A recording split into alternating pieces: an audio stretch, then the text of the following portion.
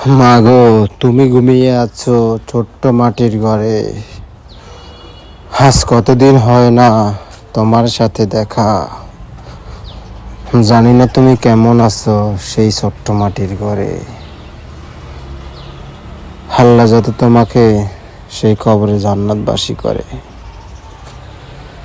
তুমি আমার জন্য দোয়া করো মা, আমি যাতে সব সময় আল্লাহর কাছে দুহাত তুলে তোমার জন্য দোয়া চাইতে পারি। And think about death. Think that you have to go back to your Lord. একটু বসেন না, একটু ভাবেন যে আমাকে চলে যেতে হবে। চলে যেতে হবে, এই কোলাহল, এই ব্যস্ততা, এগুলো থাকবে, থাকবো না আমি। সাইয়েদনা ওমর ফারুক বলেছেন, মুতু ক্বাবলা আন তামুতু, মরার আগে একবার মরো।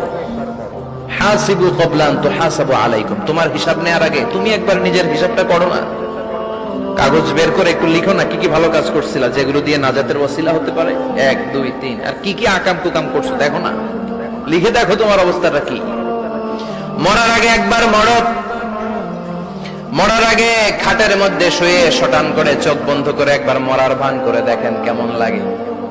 চোখটা বন্ধ করেন আর ভাবেন আপনি নাই, কি কি হতে পারে ভাবেন। আপনার ছেলে মেয়েরা কান্না জুড়ে দিবে, আপনার প্রাণের স্ত্রী বিলাপ শুরু করে দিবে, বন্ধু বান্ধবের চিৎকার আর মাতম, স্থানীয় এলাকার মসজিদে ঘোষণা, অমুক এলাকার নিবাসী অমুক ভাই অমুকের ছেলে অমুক দুনিয়ায় নাই।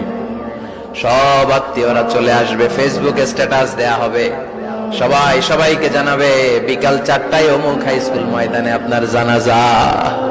ছুটে আসবে, সবাই ছুটে আসবে আপনাকে শেষ বিদায় দিতে, গুড বাই জানানোর জন্য, আল ওয়াদা, বিদায় জানাতে আসবে সবাই। 4 তাকবীর দিয়ে আপনার জানাজা হবে, অশ্রুসিক্ত জানাজায় আপনার বিদায় হবে। কাঠের খাটিয়ার মধ্যে করে কাঁধে তুলে আপনার কবরে নেওয়া হবে।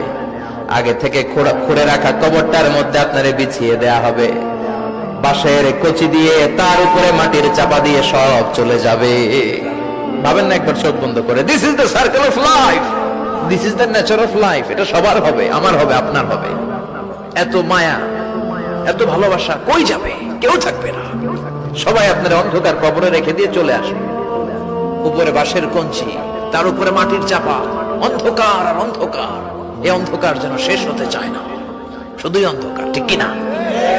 এজন্য আমাদের চলে যেতে হবে।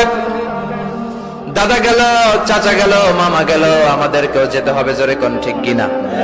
একদিন মাটির ভেতরে হবে ঘরে মন আমার, কেন বন্ধ দালান